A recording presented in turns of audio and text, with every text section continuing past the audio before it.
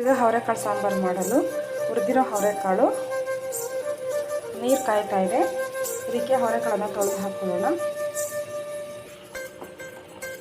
ಬೇಯಿಸಿರೋ ಅವರೆಕಾಳಿಗೆ ಒಂದು ಆಲೂಗಡ್ಡೆ ಹಚ್ಚಿಟ್ಕೊಂಡಿರೋದು, tomato wash ಮಾಡ್ಕೊಂಡಿಟ್ಟು,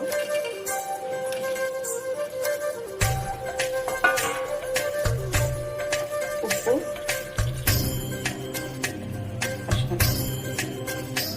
ಮಸಾಲೆಗೆ ಬೆಳ್ಳುಳ್ಳಿ, ಈರುಳ್ಳಿ, ಹುಣಸೆಹಣ್ಣು, ಸಾಂಬಾರು ಪುಡಿ, ಬೇಯಿಸಿರೋ ಕಾಳು ಸ್ವಲ್ಪ ಹಾಕ್ಕೊಂಡು ರುಬ್ಬಿಕೊಳ್ಳೋಣ.